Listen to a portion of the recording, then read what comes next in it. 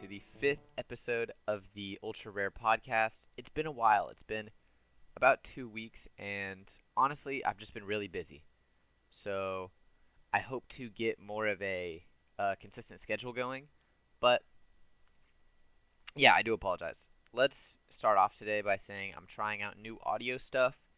Audio might sound a little bit better. It might sound a little bit worse. It'll be tweaked over the next couple podcasts. Let's just see how it sounds for today, and that'll be it. Moving straight into the Doku today, I quite like this one. It's very type consistent. It's clean. It's nice. For top row, we have grass, water, and fire. And for side row, we have fighting, mega evolved, and starter. Let's get straight into it. I will start with grass fighting, which doesn't have a lot of picks, honestly. Grass fighting is one of those where immediately I thought of Breloom, which maybe you didn't, but I thought of Breloom, which was the most common. And I thought, God, I know something rarer than this. This one pained me because I know a rarer mon than Breloom, but I just could not think. I just could not think of one. And rather than take the risk, I wanted to have a completed Doku for the podcast today, so I didn't take that risk. But some other picks were Chestnut, who was the only other contender I could think about, but I was still too scared to use him. Others were Lilligant Hisui, Virizion, and Decidueye Hisui. Those are some really good picks. I really wish I had thought of Decidueye. I had that. Could have done better. But only 5 picks, and this is a pretty difficult one. I'm surprised Breloom was the default. Maybe if you could just think of, obviously try to think of starters, right? That's if you need a grass, water, or fire and dual typing. A lot of starters have dual typing. I mean, we've seen Psychic, we've seen Dark, we've seen Fighting, we've seen Ground. What haven't we seen? So, Decidueye and Chestnut were some of those that you could think of and understand, but Decidueye is a little bit more niche. Yeah, that's it for that box. I went super common there. The least common was still 12. This is a very common day. Like, if you look on the least common leaderboard, shocking amount of double digits. That's 4 double digits. Pretty difficult day to really be proud of your score. Moving on to grass, mega evolved. I did the least common, but there was only 3. There was Abomasnow, Venusaur, and Sceptile, all mega. Sceptile, a grass dragon type, which I thought about using, but I thought since the starters are a pick on this board, I thought they'd be fresh in everyone's mind, so I was literally naming off every mega I knew to think of a mega grass type, and eventually I got to Abomasnow. Venusaur and Sceptile were about the same. They're still not bad picks, because again, there's only 3, and Abomasnow is only a couple, 7% under. Again, not a box that makes you feel super great about yourself, but try to think of starters, because obviously starters get megas. I'd say for any context you need to think of megas, starters will probably get you what you need, I would imagine, in a pretty good amount of time. Pretty simple one. For grass starter, everyone can, if you can't think of this, I'm a little concerned. The most common was Chikorita. I think probably people trying to be different. Bulbasaur was actually only 3rd most common. Rowlet took the cake. But also Sprigatito, Turtwig, Grookey were pretty rare. I went with Grookey. That was the first to break the 10% line. Not a lot of theory I can tell you on this one. Try to go a little bit more niche, you know. I went Gen 8. I knew Gen 8 was going to be somewhere in the middle of the road, probably toward the lower side. Gen 9's a little risky, but yeah, I think playing the cat here was a good play. Now for all the water types, we have water fighting, which is a doozy. There's not a lot. There's Poliwrath. Most recently, Quackleval came out. The water final evolution for Paldea starters is a water fighting. Both Urshifu Rapid Strike variations, Keldeo Resolute and Keldeo Ordinary, of course, and Tauros Paldea Aqua Breed. I need to think of Keldeo more. I suck at keeping Keldeo in my head. Keldeo is always so rare, and I would 1000% recommend using Keldeo as much as you can. Keldeo, of course, being a water fighting type. Tauros Paldea Aqua Breed is a very new one. That is a super fun one to think about, and I bet it will come up. Oh yeah, it'll come up in Fighting Fire too. Tauros Paldea having a fire fighting and an aqua fighting, or not aqua fighting, water fighting typing, depending on which one. So a good thing to keep in your head. I went with Urshifu Rapid Strike, which wasn't a bad pick considering it was 11% and the most common was 33. But I could have shaved off 4 if I had gone Keldeo. Moving on to Water Mega Evolved.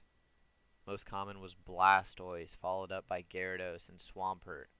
Those, I honestly, all I could think of was Swampert for a little bit. I kind of did the same thing as Abomasnow, where I was just naming out Megas until I could think of one. Sharpedo, I went with Sharpedo. It was pretty much the exact same as Swampert by 0.1%. And so was Gyarados. Gyarados, Sharpedo, and Swampert Mega were all kind of just right. They're all at 3.5k. Slowbro gets a considerable dip, down 1.5k guesses and 8%. Slowbro Mega took the cake for sure there. Blastoise Mega for sure didn't at, 12 over the Gyarados, Swampert, Sharpedo trio. Pretty simple one. Again, you could just think of a starter. I mean, don't think of Blastoise, please, but Swampert, pretty obvious one. Now we have starter water. Do whatever you want. I did Sobble, who was apparently the second most common, which makes me a little sad. Sobble is my favorite Pokemon of all time, so I felt kind of obligated to use him. I'm shocked that Sobble is so common, though. I mean, it's Gen 8, and Grookey wasn't very popular. So the lowest for this were Froakie, Quaxly, which does make sense, Piplup, Mudkip, Oshawott, Totodile, Poplio, and then the most common were Sobble and Squirtle. Squirtle makes sense, obviously, but Sobble pretty common today. I don't know what's happening. A little disappointed by that. Again, think of anything. Try to hit that between, go DS era. I think that'll get you some good ones. Or Switch era, too. Switch era is guaranteed. Anything after Gen 6? No. Anything after Gen 7 will probably do you really well. Froakie, I'm surprised, was so rare, but Quaxly and Sobble, I would have recommended Quaxly and Sobble, and that idea kind of works for the grass starters. Anything a little bit before Gen 5, before Gen 5 is probably going to be really common. 3DS era is going to be medium, middle of the road, and I think Switch era is where you really get kind of niche. Moving on, Fighting Fire. We're in the fire column now. There was a couple places you could go. You're all thinking immediately Blaziken, Emboar, and Fernape. The 3 firefighting starters, which, why did we do that? I don't know. I hate that so much. That's 3, 4, and 5 generation. All just picked firefighting. They thought that was the best one. So whatever on that. They were all kind of fine picks. Blaziken was the most common, and Fernape was the least common of the 3. Definitely not the least common at 16%. 21, 18, and 16 for those 3. And then you get into the more niche categories. You get Tauros, Paldea, Blazepreed, which was 10.9. Blaziken Mega was surprisingly pretty rare with 9.7. I thought it would be a natural progression, but apparently not. So yeah, pick the Megas if you need to. So one interesting thing about starters is sometimes they get their dual typings. I believe sometimes starters don't always get the dual typings until stage 3. If I'm correct, some of them obviously get it stage 2 of their evolution, but not all of them do, which gives a lot of people uncertainty about Pignite or Combuskin or Monferno being a pick on this leaderboard because you don't know if they're fighting type yet or if they're still pure fire. I wouldn't have known about Monferno and Combuskin. I just happen to know. It's just one of my weird things I know, that Pignite does get the fighting type early, Pignite being the pre-evolution to Emboar. So I went with Pignite, which out of all the middle firefighting starters was the most common. So just like the firefighting starters were the trio at the top, the trio at the bottom is Pignite, Combuskin, and Monferno. Monferno being the most rare, but all pretty interchangeable. Pignite being the only one with any variation with about 100 more guesses. Sorry, a bit of a long rant there. Now to Fire Mega Evolved. There was a lot. There's 5. Camerupt was the most common, which is shocking. I mean, over Blaziken Mega is a little bit weird. Charizard Megas, you're inclined to think that, wow, why aren't they more common? But it's the same thing with Aegislash forms being rarer than the pre-evolutions. It's not that they're more common. It's that there's 2 of them. So everybody who's guessing them is going to be divided evenly. Which is why the Charizard Megas were actually not horrible picks here. Camerupt was 25, Blaziken was 22, and the Charizard Mega Y was 18, and Charizard Mega X was 17. So both had a lot of merit as real guesses, and I think even if something feels obvious, if there's two of them, like if there's two forms, if there's two, Charizard Megas, if there's two Mewtwo Megas, if there's two Aegislashes, or two Urshifus, if they ever both apply to a box, there is a chance that it's going to be rare simply because there's two of them. I mean, Urshifu does have two forms. Urshifu has Gigantamax. So those two formed ones are a lot of times more, rare than you would imagine them being. And that really shone in the Charizards today. Although the least common, and what I picked, which I was really proud of, was Houndoom Mega at 16%, which when you pick it, you think, wow, I'm not very smart. Because again, it's 16%. But it was actually the least common.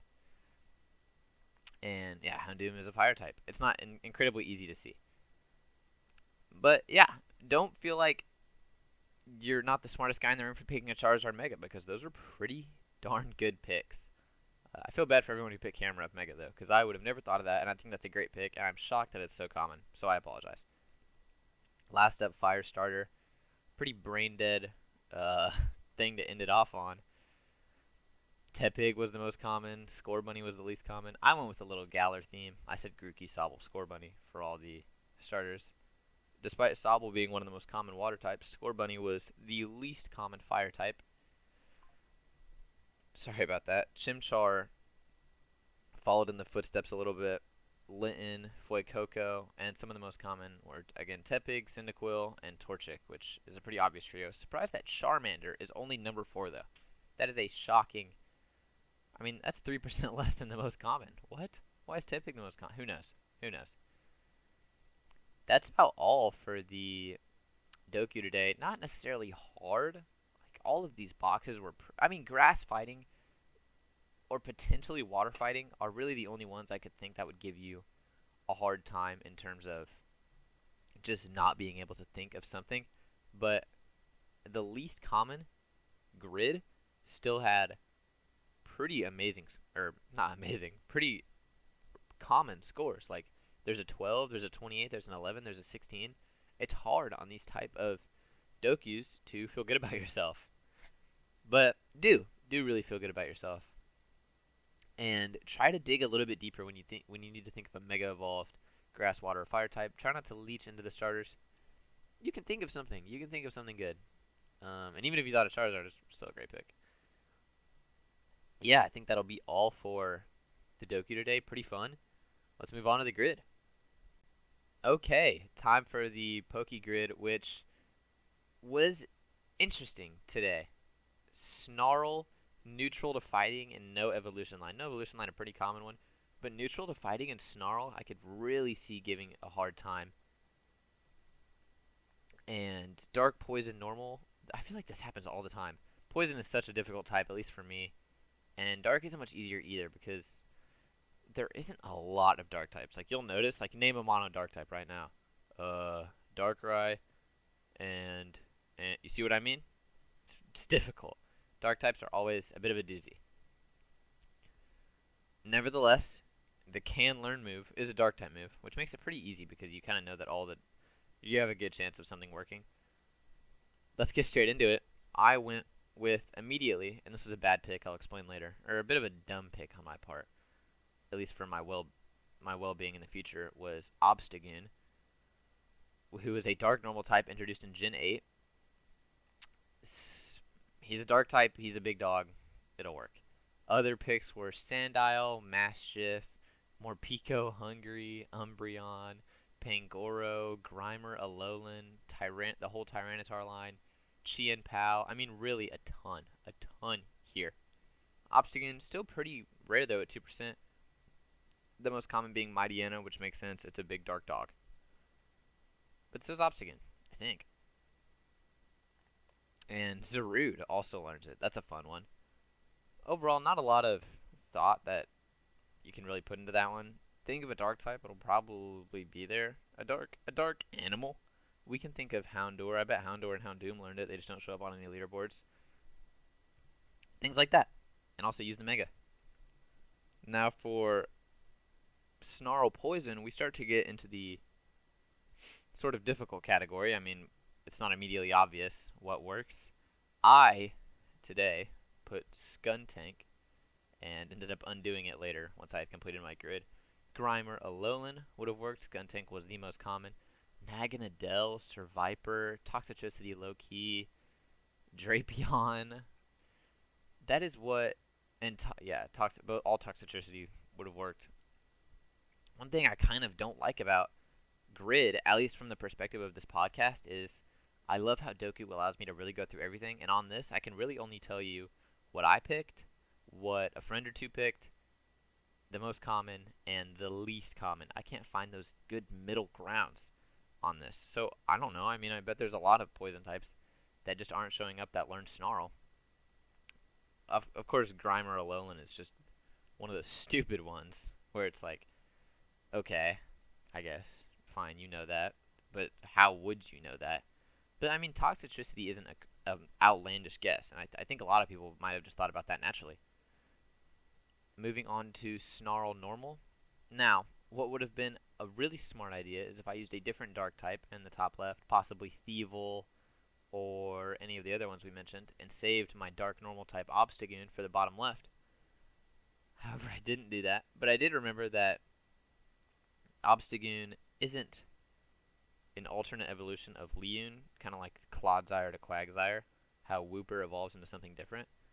Zigzagoon still evolves into Leon, except Galarian Leon gets the extra evolution into Obstagoon. It's a weird niche that I don't think they mimicked a lot in the future. I think that didn't really last very long, that idea. But I guess they did it for, like, Hisuian Quillfish and some other things. Anyway, I thought, oh, well, Obstagoon can't learn it. I'm pretty sure Obstagoon evolves from Leon.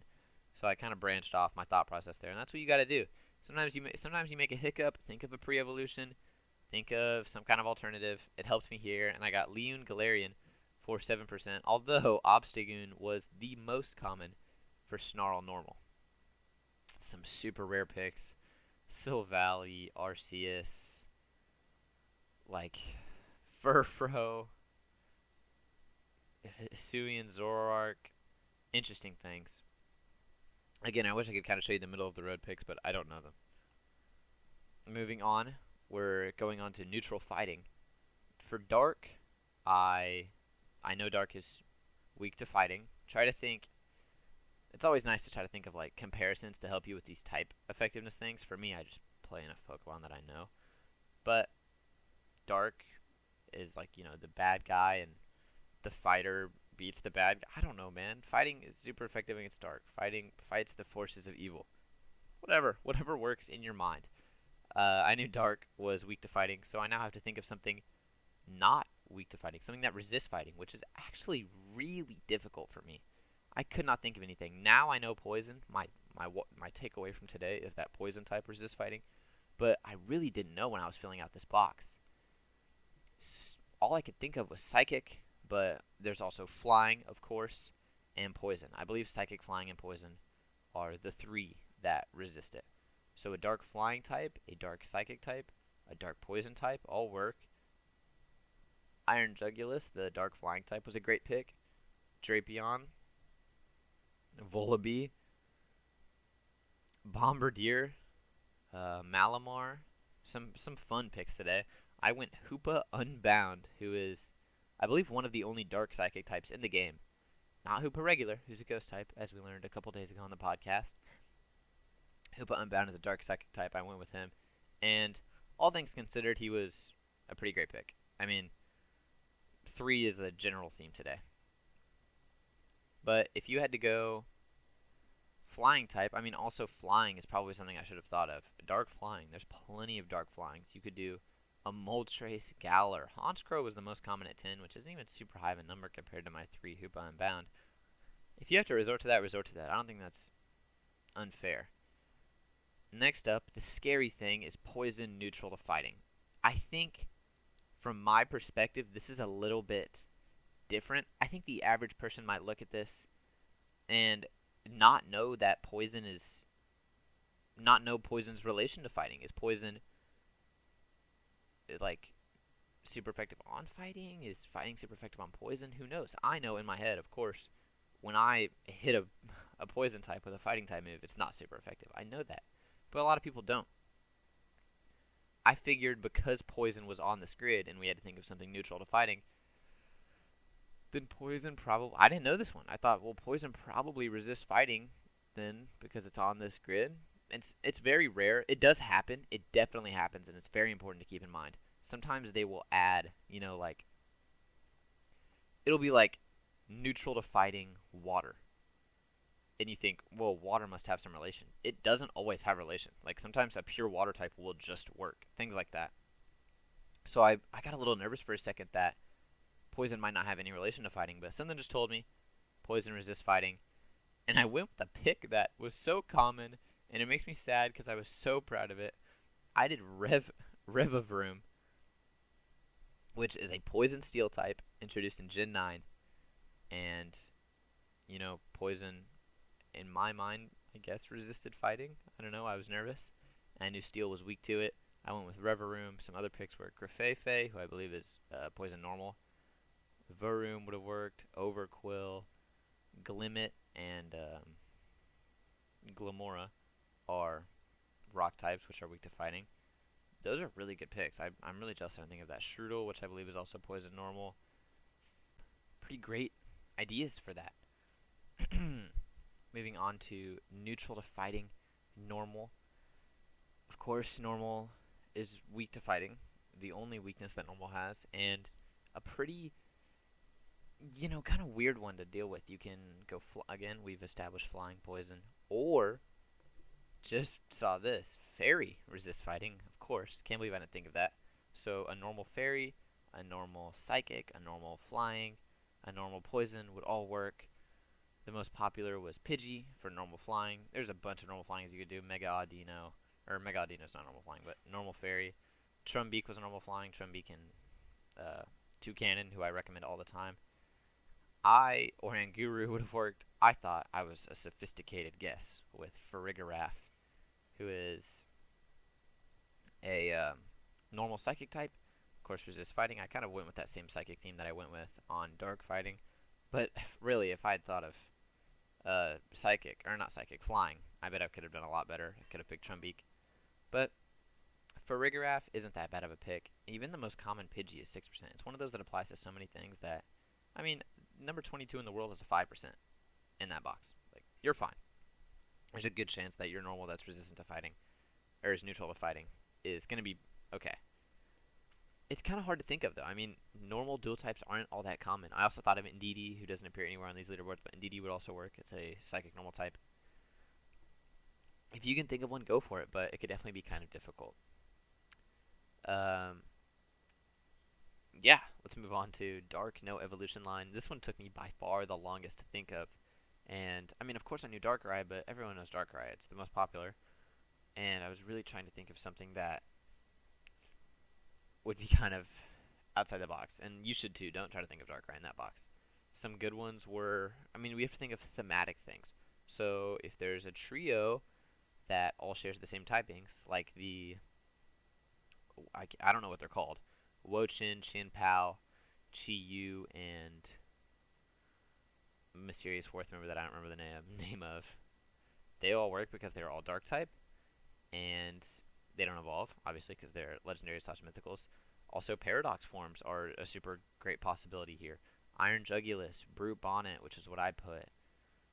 All good picks. Yeah, not super simple. Also, Sableye would work. Mega Sableye would work because Megas don't count as evolutions, and Mega Sableye is still Sableye, and Sableye doesn't have an evolution line, so Mega Sableye actually works in this box, and so would any other Mega Dark type without an evolution line, but I don't think there is. Houndour is the only other one I can think of, and Sharpedo, but they have evolution lines. Paradox forms were a great pick, though. Brute Bonnet worked. I'm shocked I thought of it. You can think of something other than Darkrai. Just start think of dark types, and there's a chance that you're going to think of something that doesn't have an Evo line. Absol and Mega Absol. Oh yeah, that would have been another dark type. More Pico. Things like that. It's very possible. Very doable. I don't really know what other advice to give. Just think about it hard. We got Poison, no evolution line. I was disappointed in this one. I went Eternatus because I thought nobody knows that Eternatus is a poison dragon type. Of course, the tertiary legendary in Gen 8, Sword and Shield. Dragon Poison didn't land very well at all. 13%. You should think of Paradox Forms, honestly. When you think no evolution line, just try to think of Paradox Forms. You will get so much value out of that thought process. Iron Moth owns the leaderboard today. Owns the most common, or at least common. Some other picks. I mean, I went Eternatus. Most popular was Sir Viper. Monkey Dory would have worked. Nihiligo. Some interesting ones. It was an interesting day today. Quillfish, which is just... I wouldn't expect you to know that. I certainly didn't. I was a little disappointed in myself, and inevitably, Eternatus is what brought me down quite a bit. Now, we're going to go for normal no evolution line. There's a bunch of these. Most common was Regigigas. I urge you to delve a little bit deeper than that. Meloetta, both forms were like 1%, 3% respectively. Komala, Indeedee, both Indeedee forms. Oranguru, Ditto, Chatot, Zangoose. Some fun ones. I went with cast form because I just thought people wouldn't really remember that cast form existed. And when I picked this was a 0%, but it has since risen a lot. You can think of it. I hate doing these like, you can do this, because it feels like it's not very constructive advice as a host, but it's really, come on. If you dedicate a lot of thought to it, you can think of a Spinda. Delve every crevice of your mind. Think mythicals. Obviously, that's a thing that a lot of people go for. You see no evolution line, you think, okay, mythicals and legendaries. Moltres, Galarian, Nihiligo, and for the normal type, we have the Meloettas, and things like that. Regigigas, which wasn't a great pick, but it's just a good idea to try to think of categories that you can sort through. If you need a no evolution line, think of, if you need a no evolution line poison type, think, okay, just start naming off legendaries. Name off these categories that you've created in your mind. Name off paradoxes, name off megas. Because whenever you have to look at the broad scope of 1,000 Pokemon, you don't know how to think of Brute Bonnet for no evolution line dark. But if you narrow yourself, okay, well, let me just think of all the paradoxes. Let me just think of all the legendaries. Then you're actually giving yourself a very manageable amount of things to look through in your head, which gives you a very strong chance of finding something, and possibly finding something pretty rare and unique. That's about it for today. Honestly, pretty fun. I quite enjoyed it. But definitely on the difficult side for PokeGrid. And PokeDoku was rough, but I feel like a little bit more doable than this grid. I hate dark types. I hate poison types. Yeah. That's about it for today. I hope you enjoyed. Remember, it didn't come into play today, but study the Necrozma forms. And I will see you in episode 6.